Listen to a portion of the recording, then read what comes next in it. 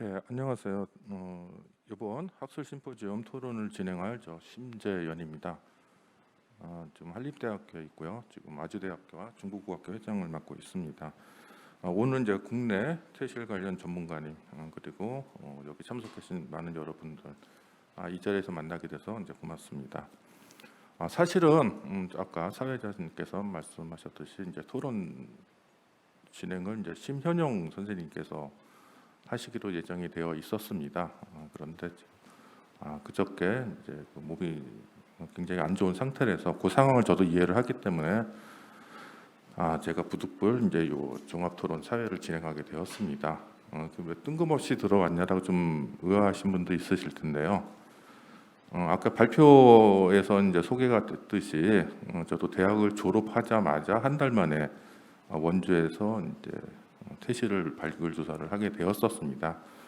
그래서 이제 직간접적으로 관련이 되어 있기도 하고 오늘 또 수원에 또 계속 수업을 진행하기 때문에 이 토론 사회를 진행하게 됐다라고 보시면 될 것 같습니다. 시간이 별로 없기 때문에 이제 빠르게 좀 진행을 하겠습니다. 발표하신 선생님은 이미 소개가 되었기 때문에 토론하실 선생님을 먼저 소개시켜 드리도록 하겠습니다. 건국대학교 세계유산연구소 초빙연구원으로 계신 김경민 선생님이십니다. 그다음에 다원문화재연구원 조사과장이신 강재현 선생님이십니다. 그다음에 이제 한국학 중앙연구원에 계셔서 책임연구원으로 계시는 정혜은 선생님이십니다.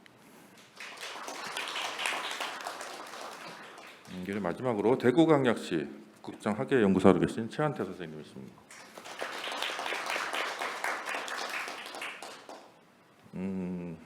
토론하실 때 지금 시간이 거의 없기 때문에 이제 좀 가장 필요한 좀 질문을 좀 바꿔주시면 좋겠고요. 제일 먼저 지금 토론 진행이 되어야 될 게 이제 우리 퇴실과 관련해서의 문제입니다. 세계유산으로서 이제 등재하기 위한 그 과제가 이제 가장 중요한 목표라고 생각을 합니다. 그래서 첫 번째 발표하신 우리 박재관 선생님에 대한 토론을 진행해 주시기 바랍니다.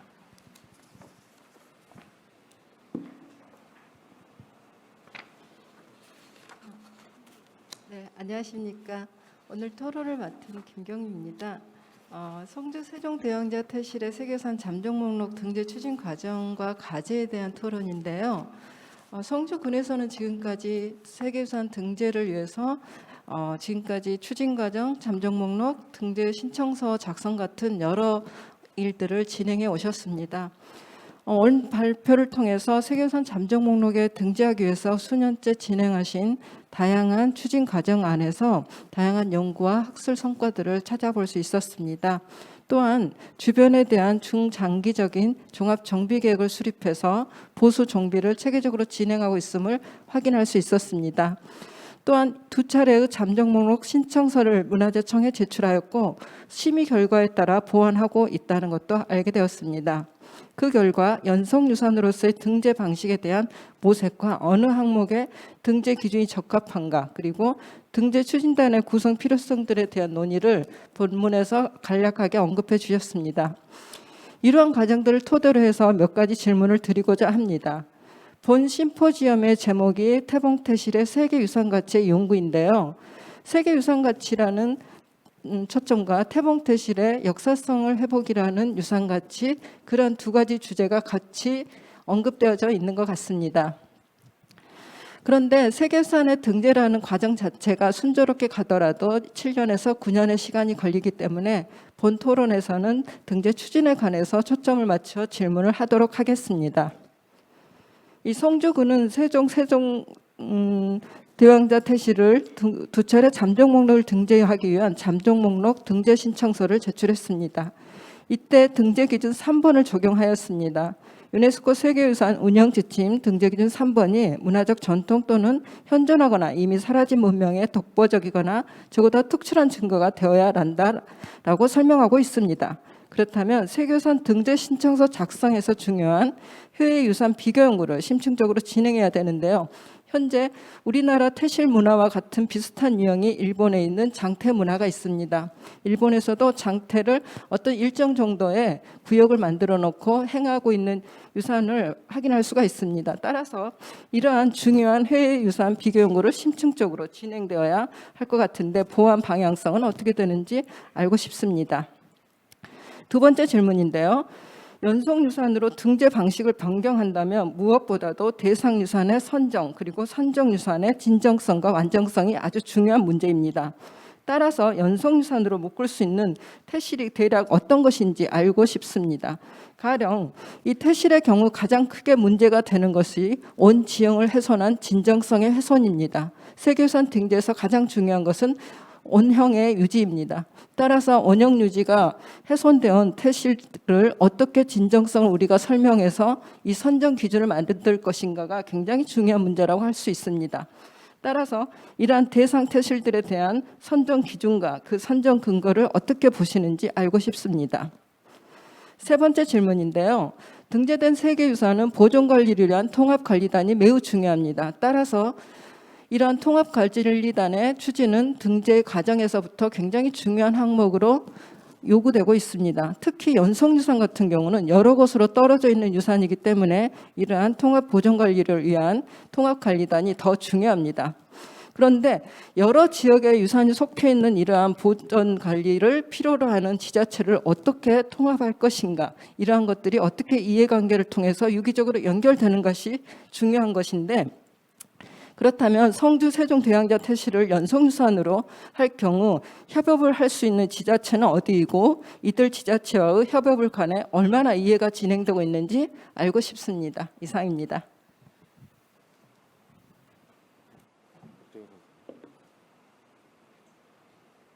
예, 김기민 선생님 말씀 주셔서 감사합니다.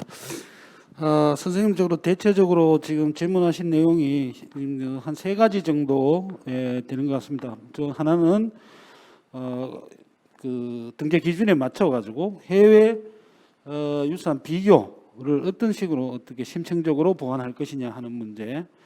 두 번째는 그러면 어떤 태실을 선정하고 그 사실은 어떤 근거에 의해서 선정할 것이냐 하는 문제고, 그다음에 세 번째는 아무래도 이제 연속유산으로 갈 경우에 어떻게 다른 지자체와 협약을 해서 관리단을 꾸리든지 아니면 추진단을 꾸리든지 어떤 식으로 전개해 나갈 거냐 하는 그런 질문인 것 같습니다.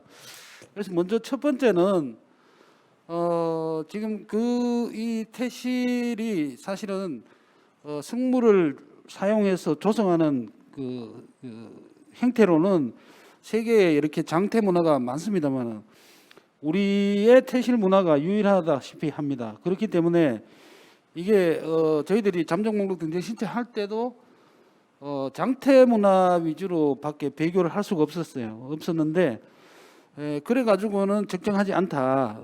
그 거듭된 어떤 보기 과정에서도 그런 의견들이 나왔고 해서 뭐 간단하게 답하자면은 태실이 가지고 있는 속성을 도출해서 그거하고 그 세계의 유산들을 비교 검토하는 수밖에 없지 않겠느냐, 이렇게 생각됩니다.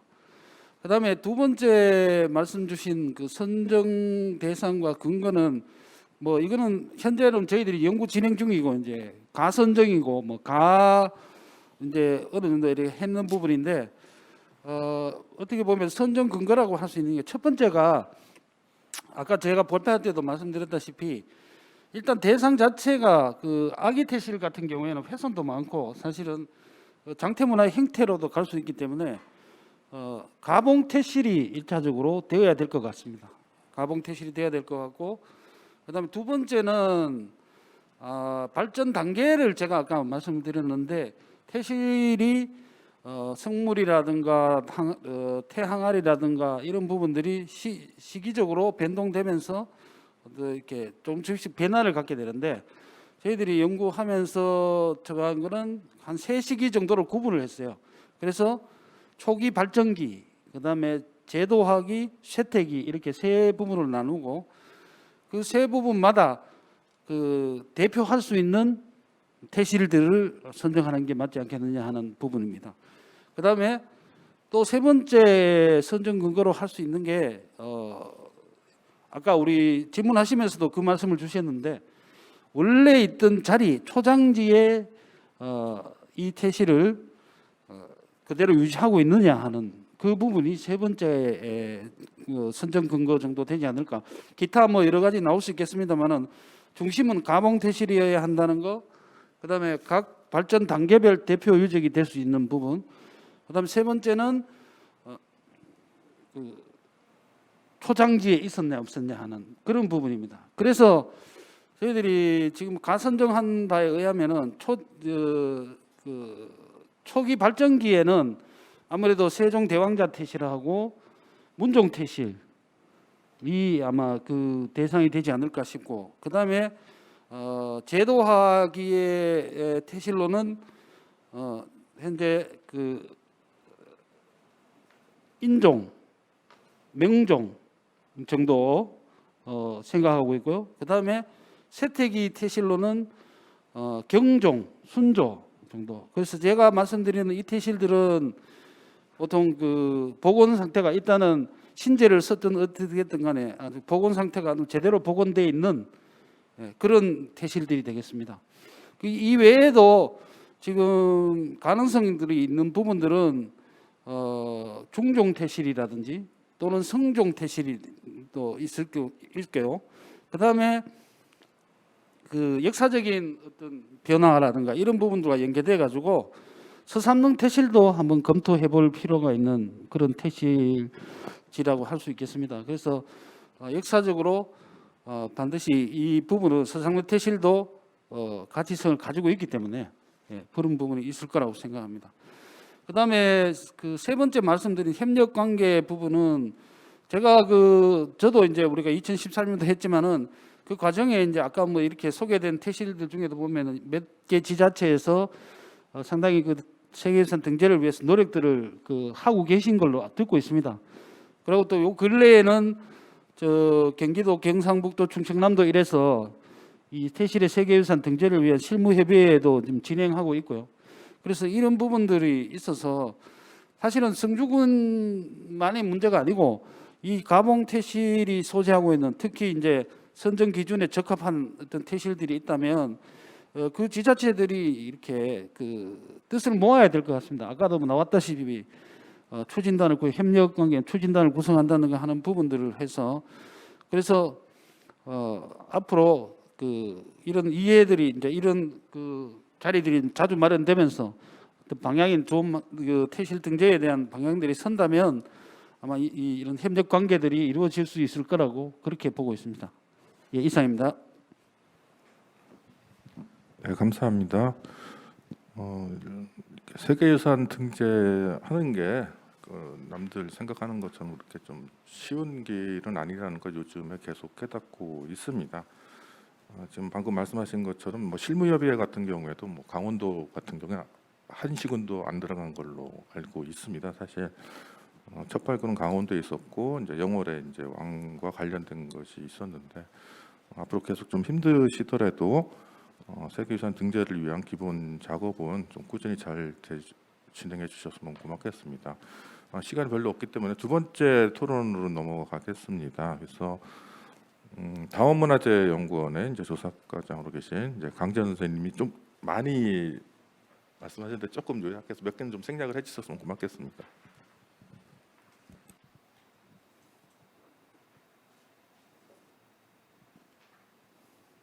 네, 안녕하십니까. 발굴 조사를 통해 본 태실 유적의 현황과 연구 성과에 대한 토론을 맡은 다원문화정원의 강재현입니다. 본 발표문은 지금까지 이루어진 조선 왕실 태실 유적에 대한 고고학적 조사 현황과 그간의 조사 성과를 정리한 글이라 할 수 있겠습니다. 그리고 이를 통해서 태실 유적에 대한 조사 및 분석 방법이 체계적이지 못한 측면이 있음을 인지하고 이에 대한 대안으로서 어기에 기록된 태실의 입지 선정이라든지 성물 준비 등 그리고 태실 조성 과정과 태실의 고고학적 조사 결과를 비교 검토함으로써 태실에 대한 고고학적 조사 방법을 보완하실 것으로 하였습니다. 특히 이제 상당수 태실 유적이 이제 오랜 기간 관리 부재 속에서 도굴 및 해소, 멸실되어 고고학적 조사가 이루어지더라도 그 원형을 밝힐 수 없는 현재 상태에서 퇴실 관련 의뢰 기록과 고고학적 조사 내용에 대한 상호 보완을 통해 퇴실의 원형을 찾을 것이라는 데에서는 저 역시도 공감하고, 마지막에 정리된 조사 방문론은 현재까지 연구 선거 바탕할 때 매우 체계적인 것으로 판단됩니다. 저 역시도 이제 그 대구에 소재하고 있는 광해군 퇴실을 조사하였고, 당시에는 그 퇴실이라는 생소한 유적을 접하고 있어서 그 당시 심연용 선생님으로부터 이제 조사 자문을 받아서 당시 조사를 한 지역도 있습니다. 그래서 이런 그 발굴 조사를 했던 경험을 바탕으로 해서 몇 가지 내용에 대해서 발표자의 추가적인 의견을 듣는 것으로서 토론을 대신하고자 합니다. 첫 번째는 그 앞서 발표문에서도 얘기했지만은 그 퇴실 의기에서는 보통 보면은 고각 그 안퇴 단계에서 토강에 어떤 그 제가 안치한 후에 토강과 태암 상부 다질 때 주로 이제 황토와 모래, 회 등을 섞은 일종의 산물을 사용하였습니다. 그러나 현재 발굴 조사를 해보면은 저희가 했던 광해군 퇴실이라든지 뭐 광주 원당리 성종왕녀 퇴실 3에서 아시다시피 태암의 한 3분의 2라든지 그 정도에서 거의 뭐 그 굴착 과정에서 생긴 그런 파쇄편들을 좀 채워놓고 그 이후로 이제 산물로 보이는 회를 섞었던 그런 사질 점토들이 확인되고 있습니다. 그래서 보통 보면 이런 것이 의뢰 내용과 좀 현실적으로 적용되는 것들이 좀 다르게 나타나고 있는데, 이런 것들이 어떠한 그 부분들을 해석해야 될지 발표자의 생각을 생각되는지 궁금합니다. 두 번째와 세 번째는 어떤 그 의견을 듣는 것보다는 제가 가봉 퇴실을 조사하면서 이런 내용도 좀 조사 방법에서 좀 보완했으면 해서 한 내용을 첨가하였습니다. 특히 저희가 그 가봉 그 광해군 퇴실 조사하면서 이중의 성렬이 확인되었는데, 그 중에서 이제 외성렬 같은 경우에는 전석의 적심석으로 파악하였고, 내성렬은 사방석의 적심석으로 파악했는데요. 그런데 얼마 전에 이제 요 토론문을 그 올리는 후에 심인용 쌤부터 이제 요 내성렬에 있는 것은 그 사방석의 적심석보다는 상석의 안쪽에 놓은 적심석이 가능성이 높다고 그렇게 이야기를 하셨었습니다. 그 현재까지 가봉 퇴실을 보면은 이런 그 사방석 쪽으로는 어떤 그런 그 적심석이라든지 그런 것들 조사된 사례가 없기 때문에 추후에 가봉 퇴실을 조사할 때 이런 것들 좀 더 확인돼야 될 것으로 생각돼서 한번 내용을 첨언해 보았습니다. 세 번째 내용은 저희가 이제 광해군 퇴실을 조사하면서 보면은 주로 이제 그 가봉 성물의 중심이 태암에서 살짝 비켜나는 것을 확인할 수 있습니다. 따라서 이런 주황태석이 태암 상부에 위치하지 않는 것을 의미하는데, 이런 이제 주황태석이 가봉 퇴실의 정중앙에 위치하지 않을 수도 있는 사례를 할 수 있겠습니다. 물론 이것이 어떤 그 광해군 퇴실만 가진 특수 사례인지는 알 수 없으나 또 가봉 퇴실이 또 조사된 사례가 적기 때문에 추후에 이제 가봉 퇴실에 조사할 때도 이런 것들 좀 한번 검토 대상이 아닌가 해서 한번 첨언해 봤습니다. 네 번째는 의궤에 대한 이야기입니다. 의궤라는 것이 조선시대 왕실에서 거행된 여러 가지의 의뢰의 전모를 소상하게 기록한 서책이지만은 이 실린 그림은 보통 이제 실물과 좀 다르게 그려져 있는 경우도 있었습니다. 따라서 1차적으로 볼 때 이런 의궤 기록에 대한 사료 검토가 필요하다고 생각됩니다. 특히 또 발표자께서는 의궤와의 비교 검토를 위해서 둘레 수치라 같은 것도 기록해 하시는데, 이게 근데 당시 사용된 그 의궤상 척도는 보통 영조촉으로 이렇게 기존되어 있습니다. 당시 영조촉이 조선 초기도 다르고 또 이 중계라든지 또 지방과 또 중앙과도 좀 약간씩 다르게 이렇게 되었습니다. 그래서 이런 좀 우선 이런 것들이 검토된 후에 이제 실제 저희가 조사했을 때 나오는 성물들의 크기와 비교 검토가 필요하지 않을까 해서 한번 얘기해봤습니다. 그래서 이에 대해서 발표자 생각 어떤지 궁금합니다. 다섯 번째는 그 토강의 평면 형태가 퇴실 편연도의 새로운 요소가 가능성이 있다고 하셨습니다. 혹시 근데 그 외에도 혹시 퇴실 방향이라든지 퇴실 좌형 같은 것들은 혹시 이런 발굴 조사 방법에 있어서 활용될 가능성 없는지 이에 대해서도 한번 이야기해 주시면 고맙겠습니다. 마지막으로는 그 퇴실의 성물을 지칭할 때 보통 이제 그 동안에는 가령 태암에 대해서 석함이라든지 함계, 함신 등을 하였습니다만은 의궤를 보면은 소공, 개석이라고도 하였습니다. 그리고 기존에 보면은 안태비, 보통 아기 퇴실비를 안태비도 하기도 하고 아기씨 퇴실비, 그 이전에 또 아지씨 퇴실비 등 약간 좀 용어들이 좀 통일되지 않은 측면도 있고, 그리고 또 가봉 표석이라든지 기롱대, 기부 이런 식으로 이렇게 용어들이 사용되고 있습니다. 그래서 가능하면 이제 이런 것들은 전공자들은지 그런 것들은 알 수 있지만은 비전공자든지 일반인들 알기에는 또 의궤와 또 이런 실제 사용한 것이 달라서 혼동이 있어서 이에 대해서 어떤 이런 용어를 사용해서 발표자는 어떻게 생각하시는지 궁금합니다. 네, 이상입니다. 네,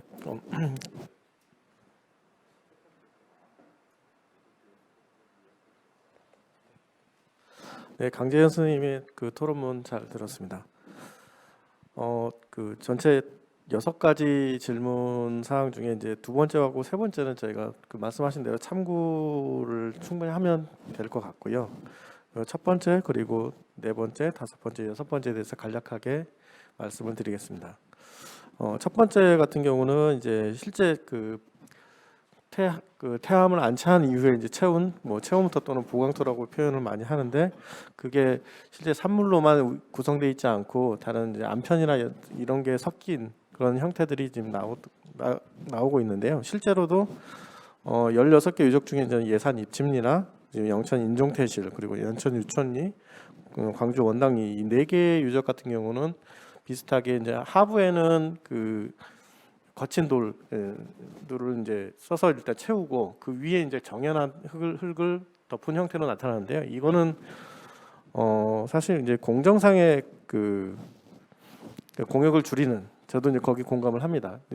그게 이제 단순하게 퇴적층에서만 나타나는 게 아니라 그 태함의 함신의 치석 상태를 보면 또 거기서도 그 특징이 드러납니다. 그래서 함신의 하부 쪽은 사실 매우 거칠게 다듬은 경우나 아예 자연석 원형 형태를 그대로 유지하는 경우도 있고, 또 치석이 덜 된 상태도 있습니다. 하지만은 그 안퇴 절차를 거칠 때 노출돼 있는, 개석을 덮기 전에 노출돼 있는 상태에서 부분은 어떤 경우도 아주 정연하게 매끈할 정도로 그 치석돼 있는 걸 볼 수 있습니다. 그거는 그 안퇴 절차를 진행하는 과정에서 눈에 보이는 부분에 대해서만은 그렇게 정연함께 다루지 않았나. 그거는 이제 공정을 좀 줄이는 부분이라고 판단이 됩니다. 네 번째, 의궤에서 나타나는 그 치수에 대한 부분은요. 저도 지금 그대로 공감을 합니다. 다만 이제 순조 때 의궤를 보면은 거기 이제 영조척으로 쟀다라는 기록까지 아예 그대로 담겨 있습니다. 그래서 실제 그 각 시대별 해당되는 영조척의 치수를 가지고 그건 적용을 하면 큰 무리는 없을 거라는 판단이 됩니다. 그리고 다섯 번째, 이제 좌양 부분이 있는데요. 저도 이제 조사 결과 정리하면서 좌양을 저도 다뤄보고 싶었는데 실제 보고서에 좌양을 기록한 사례가 별로 없었고요. 그 다음에 좌양 자체는 이제 팔궤 사상과 연결이 돼 있고, 이 부분은 이제 태실지를 정할 때 이 반영이 되는 부분이라 발굴 조사에서는 참고는 할 수 있더라도 이게 발굴 조사 방법에 활용되기는 좀 어렵지 않나라는 생각을 합니다. 다만 이제 익종 태실 같은 경우는 성물에 그 연엽주석의 면에 그 팔개와 관련된 그 한자가 새겨진 게 있습니다. 다른 데에 또 혹시 있나 사례를 찾아봤었는데 없었고, 익종 태실 단 한 번의 사례만 있어서 이 부분은 참고로만 하고 나중에 정리는 좀 할 필요는 있다고 생각이 됩니다. 그리고 여섯 번째, 용어 정리는 저도 공감하고 있습니다. 저희가 처음에 이제 이 태실 조사를 하고 저는 이제 아기 태실, 가봉 태실 이렇게 표현을 썼었는데, 작년에 세미나 때 참여하셨던 박용만 한국학중앙연구원 선생님께서는 안태비하고 가봉 태실이라는 용어를 쓰자고 좀 얘기를 했었습니다. 그래서 태실비라는 용어는 이제 가봉을 했을 때 쓰는 태실비라고 하고, 아기 태실비라는 용어도 좀 맞지 않다라는 할 정도로, 다만 이제 이게 다른 분들 또 다른 연구자분들에게 공감을 하느냐는 또 다른 문제인 것 같습니다. 그리고 석함이나 함신, 함계 이런 용어에 대해서는 연구자들끼리 합의해서 정리가 좀 될 필요가 있다고 판단을 합니다. 이상입니다. 이 조사 방법론 관련해서는 시간이 조금 나면 제가 나중에 제 경험에서 잘못한 걸 좀 고백하는 시간을 갖도록 하겠습니다. 세 번째는 이제 조선 왕실 태실의 수호 사찰에 관한 연구에 토론이 있겠습니다. 그래서 이제 여러 가지 새로 밝히신 거랑 해서 좀 말씀을 하셨는데요. 여기에 대해서 정혜은 선생님께서 토론을 해주셨으면 고맙겠습니다.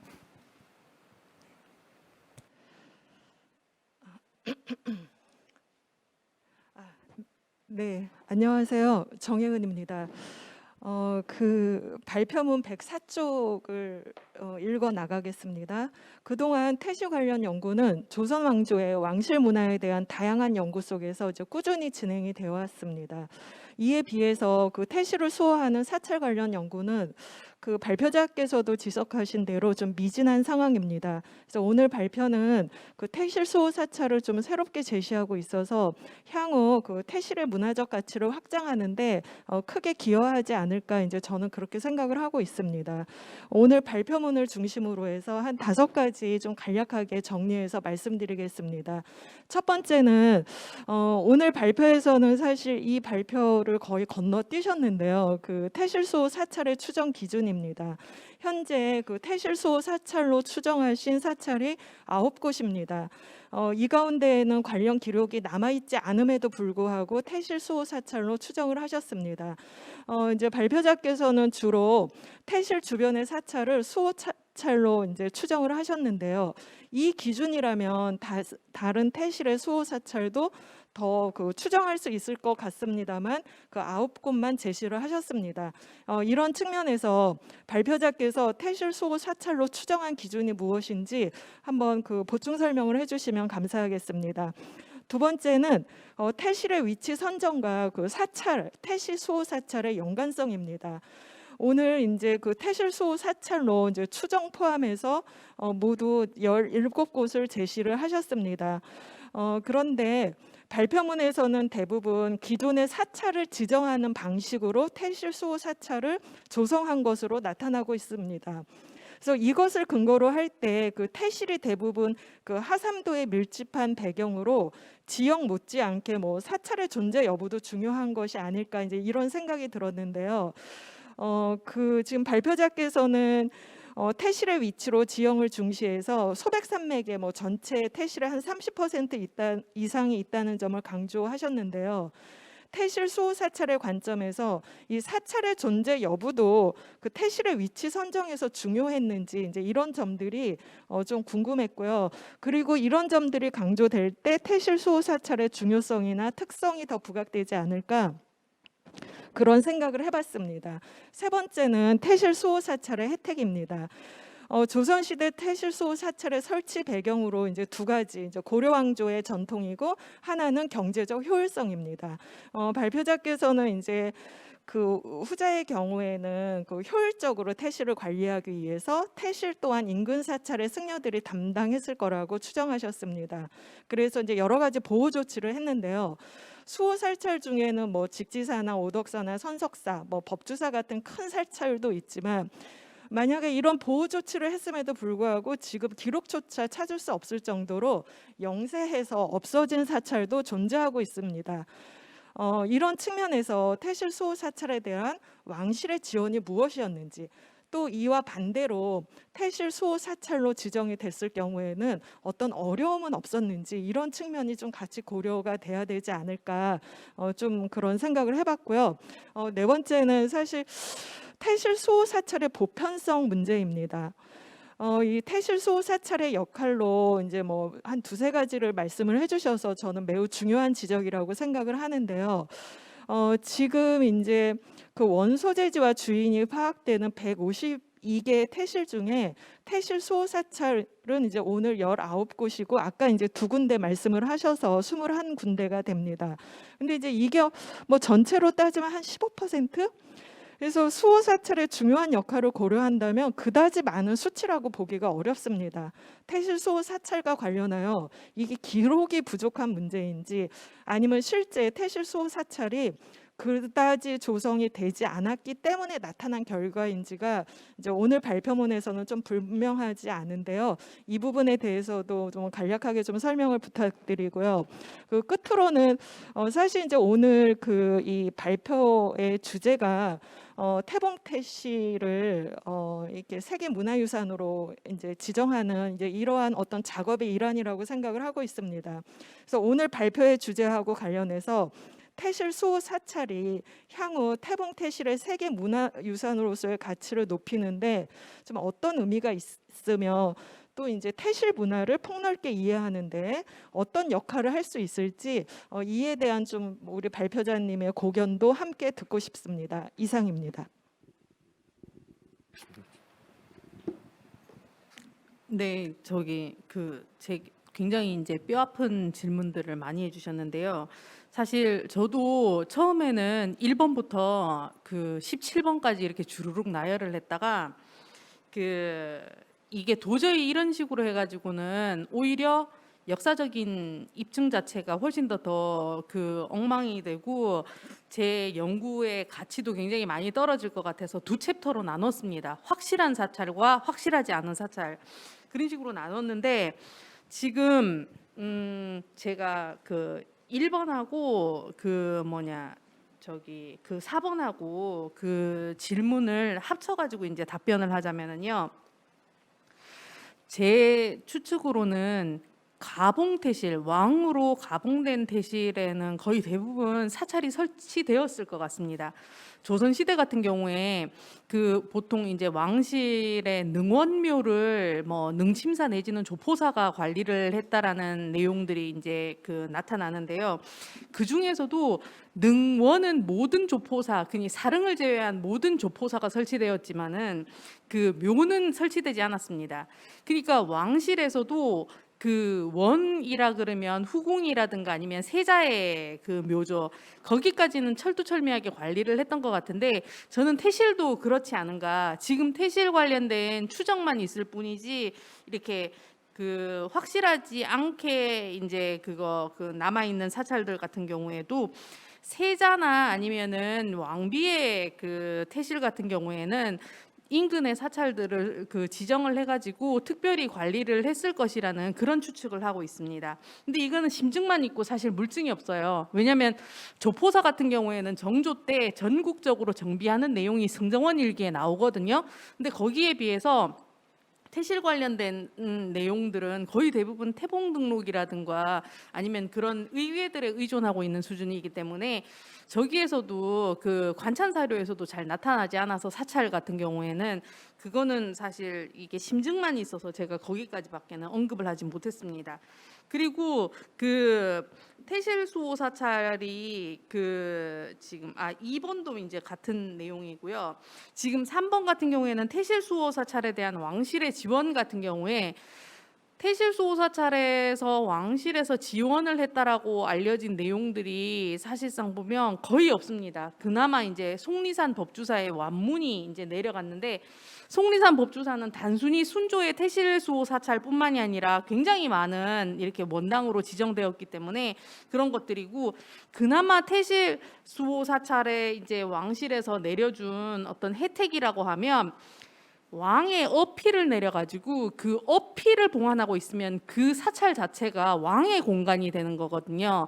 왕의 공간이 되면 자빈들의 출입이 금지가 되고 관아에서도 사실상 보면 침탈을 할 수가 없습니다. 그 어필각을 그래서 굉장히 이제 중요하게 생각해가지고 태실 주인을 모신 건물은 없는데 어필각은 있는 경우들이 이제 자주 나타나는 거는 현 왕이 그만큼 이 사찰을 중요하게 생각했다라는 걸 사찰 입장에서도 드러내려고 했던 것이거든요. 근데 달리 말하면 그만큼 다른 혜택이 없었다는 말도 됩니다. 그래서 조선 후기에 사실 조선 전기까지만 해도 능침사로 지정이 되면 상당한 이제 이 혜택이 주어졌죠. 제일 첫 번째로 제사 비용으로 위전이라는 땅을 줍니다. 그게 우리가 사원전 내지는 사위전이라고 하는데 그런 토지를 지급을 해야 사찰 운영 비용도 되지만 제사 비용이 되거든요. 근데 그 제사 비용을 지급했다는 기록이 태실 관련된 사찰에서는 단 한 곳도 확인을 할 수가 없었습니다. 그만큼 조선 왕실에서 왕릉에 비하면 태실에 대한 어떤 지원이라든가 관리를 철두철미하게 하지 않았다는 어떤 반증이 아닐까라는 저는 그렇게 생각을 하고 있습니다. 그리고 태실 수호 사찰이 될 경우에 이제 어려움은 없었는지라고 그것도 하셨는데, 태실 수호 사찰이 지정이 되면은 사실상 그렇게 제가 보기에 사찰 입장에서는 어려움은 없었을 것 같거든요. 왜냐하면 원래 있는 인력들이 사찰 태실 주변에 관리만 하면 되니까 산불이 나는지 아니면 산림이 훼손되는지만 하면 되는데 제가 이게 되게 그 아까 전에 시간이 없어갖고 이렇게 언급은 못했지만은 제가 저기 오덕사 관련돼 가지고 이게 승정원 일기에 올라 있는 내용을 굉장히 길게 50 페이지부터 52페이지까지 인용을 했거든요. 이 내용을 제가 좀 더 구체적으로 설명을 했어야 되는데 그냥 시간 관계상 지나갔었는데, 이 내용에서 보면 태실 수호 사찰에 대해서 관아라든가 정부에서 제대로 관리를 하면 사찰과 태실 관리 자체가 둘 다 잘 되는 아주 윈윈한 그 현상들이 나타납니다. 근데 그게 시대가 조금 지나고 나서 한 100년, 200년 흐르면 그 관리가 부실해지면 태실도 엉망이 되고 사찰이 되게 잔폐가 되는데, 그 잔폐된 원인이 태실 수호 때문에 힘들어서가 아닙니다. 태실 수호역 외에도 다른 역들을 하도 많이 이게 부과를 해서, 이거는 조선 후기 이제 그 사찰들의 전반적인 어떤 현실들이었는데, 이 태실 수호 사찰이 제대로 왕실에서 보호를 했을 경우에는 큰 어려움 없이 잘 유지되고 있었다는 것을 확인할 수 있습니다. 그리고 마지막으로 태봉 태실의 문화유산, 세계문화유산으로서의 어떤 그 태실 문화의 가치를 말씀하셨는데, 저는 이게 이 논문을 쓰면서 제일 먼저 언급했다시피 태실은 사실상 불교 시설이 아니죠. 불교에 기반 둔 시설이 아님에도 불구하고 태실은 우리나라의 유교, 불교, 그다음에 풍수질이라는 유불선이 같이 이렇게 결합된 문화임에 분명합니다. 오늘 제가 발표를 들으면서도 상당히 아쉬웠던 점이 뭐냐 그러면, 태실은 단순히 항아리라든가 아니면은 고고학적인 유적으로서의 가치뿐만이 아니라 한국인들이 갖고 있는 독특한 정신문화의 산물입니다. 이 정신문화에 있어서 사실상 불교도 한 축을 담당을 했지만은 유교라든가 풍수지리라는 한국인들의 어떤 가장 기본적인 베이스에 흐르는 그 종교 문화들이 이게 내포되어 있는 상징물이라고 할 수 있는데, 이런 부분들이 조금 더 부각이 돼가지고 사실 이게 태실 연구가 이제 제가 보기에 이게 베이스가 어느 정도 기반이 마련됐는데, 이 베이스를 바탕으로 해가지고 이 정신문화로까지 확산돼가지고 연구가 된다 그러면 세계문화유산으로서의 가치가 훨씬 더 부각되지 않을까, 저는 그렇게 생각을 했습니다. 이상입니다. 마지막 발표에 대한 이제 토론인데요. 어차피 이제 지자체에 계시면서 또 생각하신 게 있을 테니까 질문을 3가지 하셨더라고요. 그래서 질문 부탁드리겠습니다. 네, 4번째 주제 발표에 대한 토론을 맡은 대구광역시 북구청의 최한태라고 합니다. 조미애 선생님의 경상북도 태봉 태실의 연구 성과 보존 현황은 대구를 포함한 경북지방에 산재한 태실에 대한 체계적인 현황 조사와 함께 이를 바탕으로 보존 관리 실태를 검토하고 나아가 활용 방안에 대한 부분도 제시하였습니다. 이는 아마도 토론자가 소속된 지자체뿐만 아니라 태실 관련 유적이 산재해 있는 모든 지자체의 태실 유적 실태 조사에 대한 과제를 제시한다는 점에서 시사하는 바가 매우 크다고 생각합니다. 미약하나마 그 첫걸음으로 우리 지역에 소재하는 대구 광해군 태실의 대구시 지정문화재 지정을 추진하고 있는 담당자로서 선생님의 발표문에 대한 궁금한 점 몇 가지를 질문드리겠습니다. 첫 번째, 지금까지 지정문화재로 지정된 태실 유적은 국가지정문화재의 경우 사적 내지는 보물, 시도 지정문화재의 경우 기념물, 민속 문화재, 문화재 자료 등 상당히 다양한 형태로 지정이 되어 왔습니다. 태실이 갖는 문화재적 가치 중 장소성에 주목을 한다면 점 단위의 보물, 유형문화재보다는 면 단위의 사적이나 기념물로 지정하는 것이 타당하다고 생각이 되는데요. 이에 대한 선생님의 견해는 어떠한지 좀 듣고 싶습니다. 같은 맥락에서 태실의 문화재 지정 시 경관적 요소에 대한 부분이 충분한 고려가 반드시 필요하다고 생각을 하고 있습니다. 이는 문화재 보호구역의 범위 설정 시 고려해야 할 부분이 무엇이며, 또 문화재 지정에 따른 역사문화환경 보전지역 내 건축 행위 등에 관한 허용 기준과 같은 이런 기준들을 마련할 때 합리적인 설정 범위가 어느 정도가 타당한지에 대한 선생님의 의견을 듣고 싶습니다. 아울러 태실 유적에 대한 종합적인 정비 계획을 수립할 때 가장 우선적으로 고려돼야 할 사항이 있다면은 무엇인지 의견을 말씀해 주시길 바랍니다. 세 번째로 발표문에 따르면은 태실 유적에서 확인된 출토 유물 중에 숙명공주 태실의 금종이 1점, 장조 태실의 은편 한 점, 태종 태실의 철기 한 점이 확인되었다고 하는데요. 태실유적의 조성 과정에서 이러한 유물이 갖는 의미나 용도에 대해 혹시 발표자께서 생각하시는 부분이 있으면 자세한 설명을 좀 부탁을 드리겠습니다. 네 번째 질문은 앞서 대답하신 그 여러 선생님들의 의견과 동일한 내용이 있어서 생략을 하도록 하겠습니다. 이상입니다.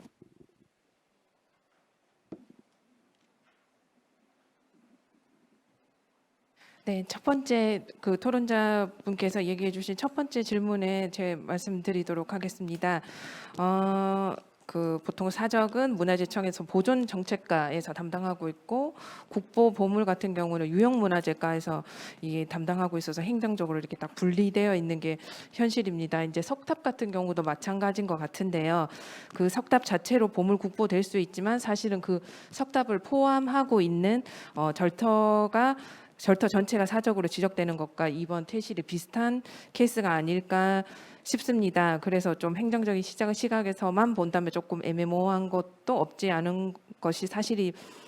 제 개인적인 의견으로는 우리 태실이 맨 처음 조성될 때부터 이제 풍수적인 조건을 다 고려해서 위치를 염두에 두고 선별하는 게 이제 시작이었습니다. 그래서 태실 입지는 그 어떤 유적들보다 중요하다고 생각하고 있기 때문에 사적이나 기념물로 지정하는 게 타당하다고 저는 생각합니다. 두 번째 질문에 대해서 말씀드리도록 하겠습니다.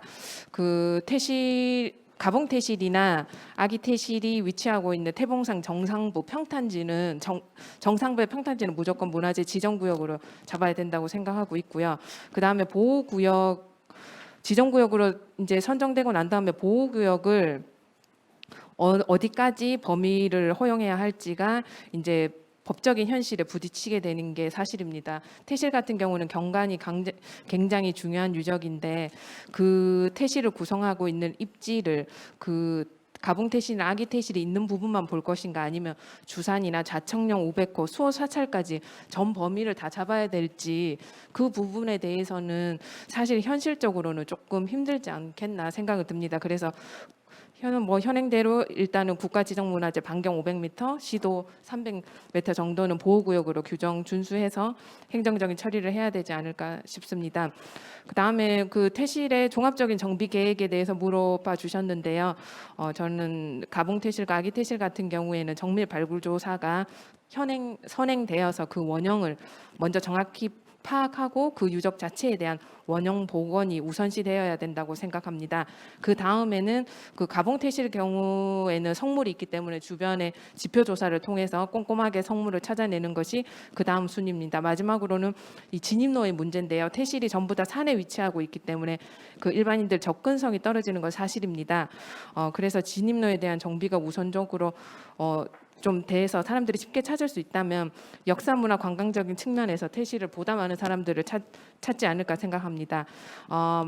그 다음에 숙명공주 태실의 금종이 하나와 그 은편, 그 다음에 태종 태실의 철기 한 점에 대해서 질문을 주셨는데요. 금종이 한 점과 은편 한 점에 대해서는 아까 그 안태 의식에서 사용됐던 것이 아닐까 생각됩니다. 그 김종현 선생님 발표에서도 나왔는데 태암 내부에 중앙에 태양아리를 놓고 오방위에 비단을 놓고 항아리 위에 금편과 은편을 놓는다고 돼 있는데 안태 과정에서 쓰였던 게 남아 있는 거라고 생각하고 철기 한 점에 대해서는 보통 상부에서 그냥 그 전복되면서 쓸려 들어온 게 아닐까 생각하고 있습니다. 마지막으로 그 네트워크 강화에 대해서 물어봐 주셨는데요. 지금 충남, 경기, 경북은 네트워크 지금 활발히 진행되고 있는 걸로 알고 있습니다. 그 외에 가봉태실만이라도 일단 중심으로 해서 가봉태실을 보유하고 있는 지자체들이 모여서 이제 협의체를 맺고 보다 네트워크를 강화하면 우리가 목표할 수 있는데 세계유산 등재 좀 더 빨리 도달할 수 있지 않을까 생각하고 있습니다. 네. 네, 감사합니다. 부지런히 진행을 했는데 4분 초과했습니다. 아까 제가 사회 꼭 말씀드릴 때 조금 드릴 말씀이 있다라고 말씀을 드렸는데 그거는 그 원주에 1991년도에 왕녀복난 태실을 발굴을 한 적이 있습니다. 43쪽에 있는데요.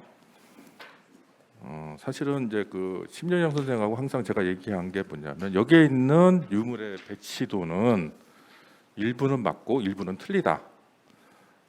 요게 이제 그 도면을 보시면 굉장히 좀 이상할 거예요. 이게 왜 이상하냐면 원주에 지금 그 우성 아파트라고 있습니다. 태장동 우성 아파트를 짓는 과정에서 절토를 하다 확인이 된 겁니다. 그래서 전체 유물 배치를 알 수가 없었고요. 거기에 독이 자기가 나왔을 때 굴러떨어진 것도 수습을 해서 넣은 적도 있고요. 그래서 사진 1번이라고 된 거 요 배치는 맞지만 반 정도는 주변에 흐트러진 것을 수습을 해서 보고서에 넣었는데 이제 그 전체 배치도가 조금 문제가 됐습니다. 그래서 언제가 기회가 되면 조금 이제 간단하게 이제 연구 노트로 해서 내려고는 했는데 아직까지 제가 게을러서 못 내고 있다는 걸 좀 알아주시면 되겠습니다. 제가 그 91년 3월달에 발굴을 했고요. 91년도 11월달에 보고서가 나왔습니다. 그리고 제가 91년 2월 20일 날 대학교에서 졸업을 했습니다. 그러니까 졸업하자마자 그냥 아무 생각 없이 발굴을 했던 유적입니다. 그래서 그 점을 좀 이해해 주셨으면 이제 고맙겠습니다. 빠른 시일 내에 조금 제가 기억하는 만큼 보고하도록 노력을 해보겠습니다. 그리고요, 이제 이걸로 이제 그 우리 토론을 마치려고 합니다. 지정 토론은 혹시 플로어나 다른 서 계신 분 중에 꼭 질문을 하셔야겠다라고 생각하신 분 있으면 지금 성함하고 소속 정도는 말씀해 주시고 질문해 주시기 바랍니다. 한 분만 받아도 되겠죠? 예.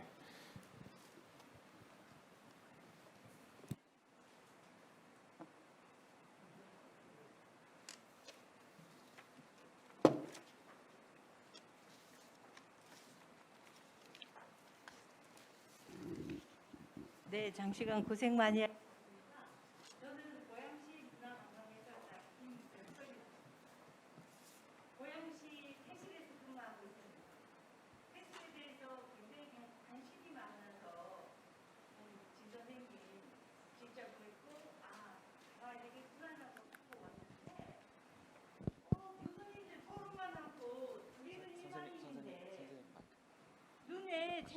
귀에 제대로 들어오는 내용이 없었습니다. 왜? 세태, 배태, 안태, 그다음 가봉 태실까지를 다 얘기를 하셨는데 그림만 가지고 얘기하셨어요. 아쉬운 거는 슬라이드가 하나 있어서 모든 사람들이 저것이 태실을 가봉 태실까지 하는 과정이구나라고를 봤으면은 확실히 와서 탁 박혔을 텐데 그런 게 없고 그냥 화면으로만 해줘서 아쉬웠고요. 또 탁 교수님 그 순조의 가봉이 아니고 순조의 태실을 관리하는 사찰이 정암사다라고 얘기하셨어요. 그렇다면 정암사가 태백에도 하나 있고 정선에도 하나 있습니다. 이것은 꼭 짚어주셔야 돼요.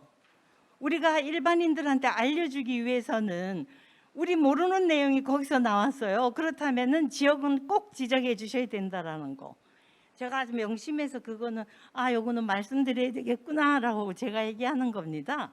태실에 근무하기 때문에 태실에 대해서는 좀 더 많이 알고자 왔는데 교수님들 좀 이렇게 일반인들이 알아보기 쉽게 듣기 쉽게 이렇게 좀 해줬으면 좋겠다라는 말씀드립니다.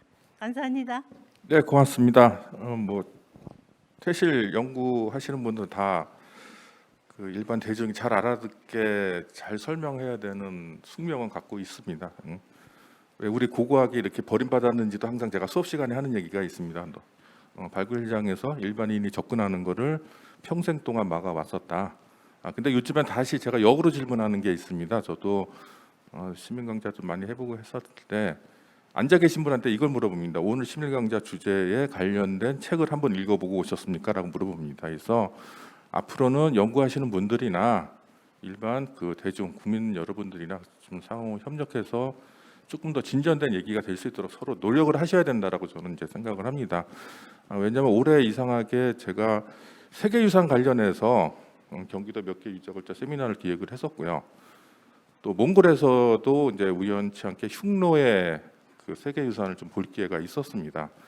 제가 그때 느낀 건 딱 하나였습니다. 그 세계유산에 양떼가 지나가고 말이 지나가고 오줌 눕고 똥 싸고 그때 느낀 게 이게 세계유산이지 이거를 격리하고 완충구역으로 이게 과연 말이 되나라고 하는 생각을 좀 했었습니다. 저도 뭐 이 퇴실 관련해서는 모두 다 원위치를 잊어버린 데를 발굴을 했던 경험이 있긴 하지만 앞으로 그 진정성이나 여러 가지 기준을 서구 유럽에서 만든 기준을 우리가 맞춰서 세계 유산으로 가야 되는지 안 돼, 그거를 안 맞춰도 되는 건지에 대한 또 고민도 좀 있어야 될 거라고 생각을 합니다. 지금 6시가 딱 됐습니다. 그래서 퇴실을 가지고 세계유산 등재를 위해서 제일 먼저 이제 고생하셨던 우리 성주군, 그다음에 이 경기도 여러 이제 지방자치단체와 이제 여러 연구자님께 감사드리고요. 오늘 이제 여러 가지 이야기가 제기가 됐었고요. 또 앞으로 더 진행될 예정이라고 생각을 합니다. 이런 연구가 좀 더 진정성 있게 진행될 수 있도록 애써주시는 경기문화재연구원 모든 관계자분께 감사드리고요. 또 오늘 발표 토론해 주신 여러 선생님께 감사드립니다. 그리고 플로에 앉아 계신 여러분께 감사드리면서 오늘 세미나를 마치려고 합니다. 예, 감사합니다. 그리고 단체 사진을 안 찍으셨다고 해서 요거 조금 책상 정리가 되면 단체 사진 좀 찍어 주시면 고맙겠습니다.